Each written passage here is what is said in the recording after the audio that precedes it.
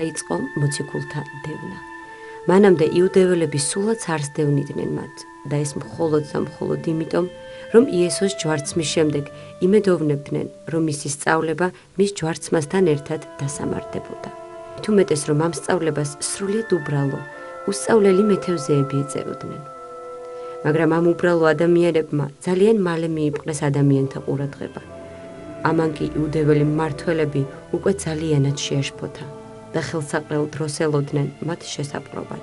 სწორედ ამიტომ იყო, რომ ტაძარში მოსულებმა როცა გაიგონეს მათი აშკარა ქადაგება ქრისტეს აღდგომაზე, მაშინვე შეიპყრეს ისინი. დილით კი შეკრებილმა მღვდელმთავრებმა და უხუცესებმა, როცა მცველებს მოაყვანინეს შეპყრობილები, კითხეს მათ, რომელი ძალით და ვისი სახელით ახდენთ სასწაულებს. იმ დღიდან, რაც პეტრემ თავადაც უარყო ქრისტემ, არც ისეთი დიდ დრო იყო გასული. მაშინ მან შიშისა და სულმოკლეობის გამო უარყო უფალი. ახლა კი სულიწმიდით განმტკიცებულმა უშიშრად უპასუხა. თუ თქვენ პასუხს გთხოვთ იმ სათნოების გამო, რაც გამოვიჩინეთ უცლური ადამიანისადმი, იცოდეთ, რომ იგი მოვახდინეთ იესო ქრისტეს სახელით. არ არსებობს ცის ქვეშეთში სხვა სახელი ადამიანისთვის წოდებული, რომელსაც შეეძლოს ჩვენი გადარჩენა. მღვდელმთავრები გაკვირდნენ მოციქულთა ასეთი სითამამით და ცოტა არ იყო დაიბნენ, რადგან მათ არ შეეძლოთ იმ სასწაულის უარყოფა, რაც იმ დღეს ყველას თვალწინ მოახდინა კოჭლის განკურნებით პეტრე მოციქულმა. თუმცა დამუქრებით დაემუქრნენ ორივეს, რომ აღარ ეკადაგათ იესოზე, მაგრამ პეტრემ და იოანემ ამის პასუხად თქვეს: თავადვე განსაჯეთ. მართებული იქნება კი თქვენ გისმინოთ და არა ღმერთს. ჩვენ არ შეგვიძლია არ ვთქვათ ის, რაც თავადვე ვიხილეთ და ვისმინეთ. განრისხებულმა მღვდელმთავრებმა მაინც გაათავისუფლეს ისინი, რადგან ეშინოდათ ადამიანების, რომლებიც ადიდებდნენ მათ კოჭლის განკურნების გამო. პეტრე და იოანე კი დაბრუნდნენ მორწმუნეებთან და უამბეს ყოველივე.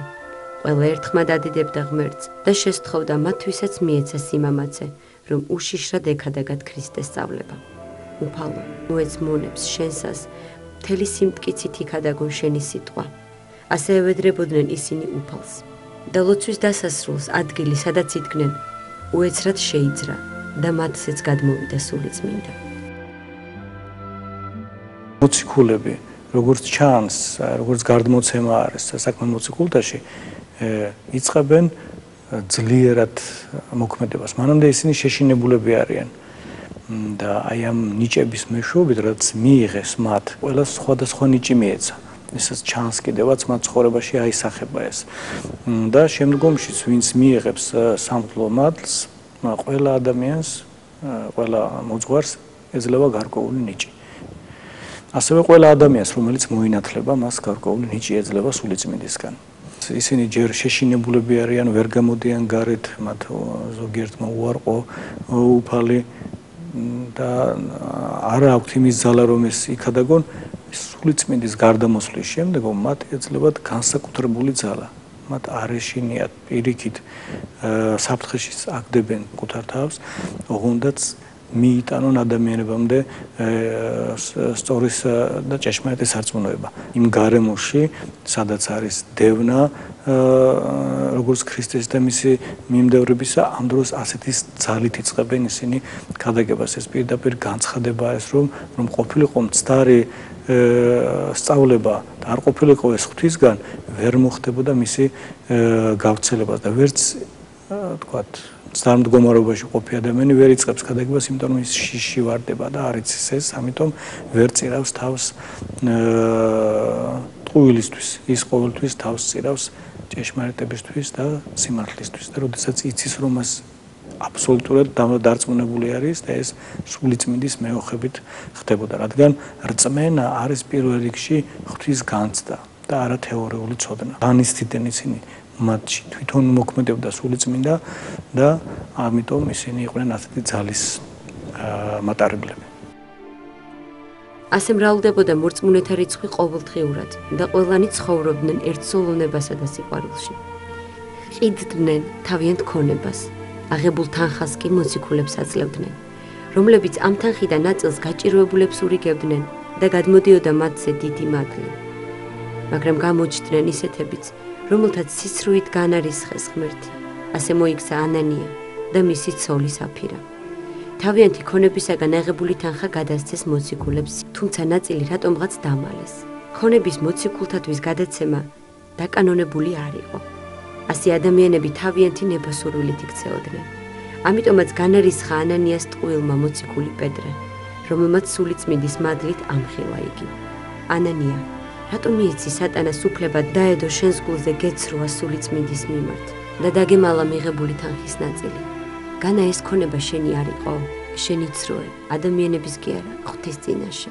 ისიც იყო, მოციქულმა ეს სიტყვები დაასრულა, რომ ანანია უსულოდ დაეცა და გაიტანეს მისი უთეული დასაკრძალად. 3 საათის შემდეგ კი მოვიდა მისი ცოლი საფირა, რომელმაც არ იცოდა მომხდარის შესახებ და როცა პეტრემ მასაც კითხა, რამდენად გაყიდეს ქონება, ის თანხა დაასახელა, როგორც ქმართან იყო შეთანხმებული. რად მოილაპარაკეთ, რომ გამოგეცადათ სულიწმინდა. აი შემოვიდნენ ადამიანები, რომელთაც დამარხეს შენი ქმარი. ახლა კი შენს გაგიტანენ, უთხრა პეტრემ. და ამ სიტყვების დასრულებისთანავე საფირამაც განუტევა სული. ამა ყველა შეაშინა. მოციქულები კი გამუდმებით ავლენდნენ ღვთის ძალას ნიშნებითა და სასწაულებით.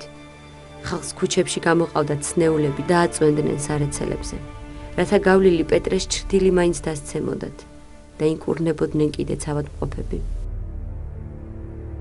მოციქულები არა მარტო სიტყვიერად ქადაგებენ, არამედ თანაზიარყოფაში მოდიან უფალთან ზიარების მეშვეობით. და ეს არის სამღვდლო მდელსახურების მოქმედება. და ეს თავიდანვე ჩანს, რომ მათზე სულიწმინდის გარდამოსვლისთანავე მათ მდელსახურებას დაიწყეს. ესე იგი, ისინი საიდუმლო მსახურებებს აღასრულებდნენ.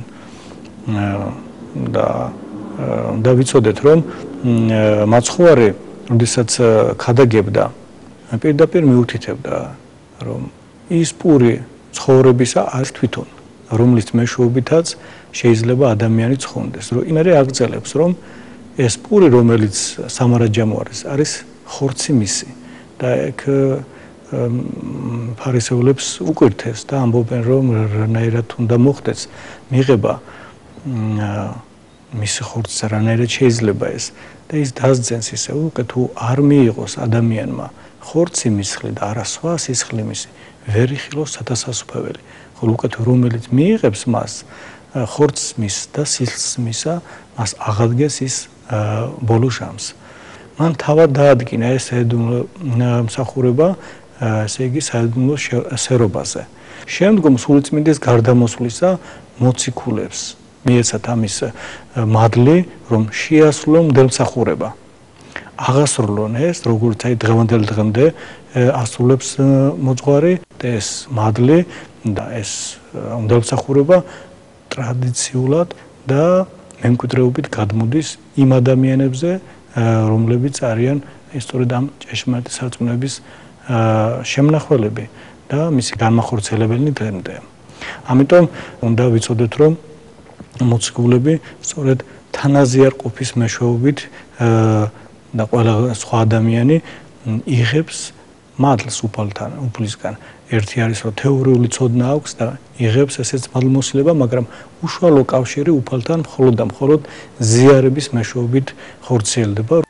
და იყვნენ განკრძალულ მოძღვრებისა, მას მოციქულისა და ზიარებისა და განტეხასა პურისასა და ლოცვასა. ხალხი ადიდებდა მოციქულებს და მრავალი ადამიანი უერთდებოდა ეკლესიას. ეს კი უფრო და უფრო აღიზიანებდა მღვდელმთავრებს და სადუკეველთა პარტიის წევრებს. მათ ისევ შეიპყრეს მოციქულები და დილეგში ჩაყარეს, მაგრამ შეუძლია კი განაწყოს რაიმე ადამიანმა ღვთისნების წინააღმდეგ. ამიტომაც იყო, რომ ღამით ანგელოზმა მოციქულებს გაუღო დილეგის კარი და უთხრა: წადით და ტაძარში უქადაგეთ ხალხს ცოცხალი სიტყვა. ისინიც დამორჩილდნენ, წავიდნენ და კვლავ იწყეს ქადაგება ტაძარში. მღვდელმთავრებმა დილითვე შეკრიბეს სანედრიონი, უმაღლესი საბჭო, ანუ მთავარი სამსჯავრო. მათაც გაგზავნეს მცველები მოციქულების მოსაყვანად, მაგრამ უკან დაბრუნებულმა მცველებმა მათ აცნობეს, რომ ისინი დილეგში არ იყვნენ, თუმცა კარი გარედან იყო ჩარაზული და მცველებიც იქვე დახვდნენ. ამასობაში სხვებმა მოიტანეს ამბავი: ისინი, რომლებიც თქვენ დაიჭირეთ ტაძარში ასწავლიან ხალხს. განარაგი კრძალეთ გექადაგათ იესოს სწავლება, კითხეს მოყვანილებს მღვდელმთავრებმა. სულიწმინდით გამხნევებულმა მოციქულებმა უშიშრად უპასუხეს. ღმართებს დავემორჩილოთ ღმერთს და არა ადამიანებს. ღმერთმა აღადგინა იესო, რომელიც თქვენ მოკალით, ჯვარსაცვით. იგი კი აღადგინა ღმერთმა თავისი მარჯვენით წინამძღვრად და მაცხოვრად, რათა მისცეს ისრაელს სინანული და ცოდვების შენდობა. ამის მხილველნი კი ვართ ჩვენ და სულიწმინდა, რომელიც ღმერთმა უბოძა თავის მსახურებს. განრისხებულ მღვდელმთავრებს მათი მოკლა იქვე სურდათ, მაგრამ ახლა მათ დამცველად გამოუჩნდათ გამალიელი, ბრძენი და სწავლული კანონმდებელი, რომელიც ფარისეველთა პარტიის წევრი გახლდათ. და პავლე მოციქული ამბობს, რომ ხაზი გაუსვას მის ცოდნას და მის სულიერებას, რომ ის ფერხთით გამალიელისა არის აღზრდილი. მის მიერ აქვს ეს ყოველივე ცოდნა მიღებული. გამალიელი გამოირჩეოდა მისი სულიერებით და ყველა ადამიანი, ვისაც აქვს შეხება უფალთან, ის ყოველთვის სიბნისკენ მიდის და ბრძენად ყალიბდება. თუმცა აი ეს პერიოდი ისევე როგორც თქვა პავლე მოციქულისთვის ცოტა შემაშფოთებელი იყო, დაბნეულ მდგომარეობაში იყვნენ, მთლიანად ვერ შეიმეცნეს მაცხოვრის მოქმედება და ამიტომ ის პროსეფთხილით ეკიდება მას. ასევე პავლე მოციქულიც ვიდრე არ მოხდა უფლისგან მისთვის უწყება, რომ ჭეშმარიტი სარწმუნოების მდევნელი იყო, ქრისტიანობის მდევნელი იყო, ვიდრე ის სავლე იყო, მანამდე ვერ მიხვდა, რომ ის სწორედ უფლის წინააღმდეგ მოქმედებდა. აი აქაც გამალიელიც ასეთ მდგომარეობაში არის, თუმცა მისი დამოკიდებულება არის უფრო სულიერი, რადგან როდესაც მოციქულების დახოცვას, მათ შეჩერებას ცდილობენ, ის ასეთ რამეს ამბობს. თუ არ არიან ისინი ღვთისგან, მაშინ ის ყველაფერი გაჩერდება ისე, რომ არ არის საჭირო მათი დახოცვა, მაგრამ თუ კი ისინი ღვთისგან არიან, მაშინ აზრი არ აქვთ მათ დამბრძოლას, რადგან ის მაინც განხორციელდება, რადგან რაც უფალს ნებავს, ის აუცილებლად განხორციელდება. სინედრიონის წევრებმა ნაწილობრივ გაიზიარეს მისი რჩევა. მათ ეშინოდათ მოციქულების მოკლისა, ისინი ხალხს უყვარდა და ეს გამოიწვევდა მათ აღშფოთებას. ამიტომ მღვდელმთავრებმა ამ განზრახვის აღსრულება უფრო ხელსაყრელი დროისათვის გადასდეს. მათ გაროზგვასაც დასჯერდნენ. მერე კი გაათავისუფლეს ისინი იმის მუქარით, რომ აღარ ეკადაგათ ქრისტეზე. მოციქულები გახარებულები იყვნენ, რომ მიეცათ საშუალება ვნებულიყვნენ ქრისტეს გულისათვის და კვლავ ჯიუტად განაგრძობდნენ ადამიანთა განათლებას ქრისტეს სწავლების ქადაგებით.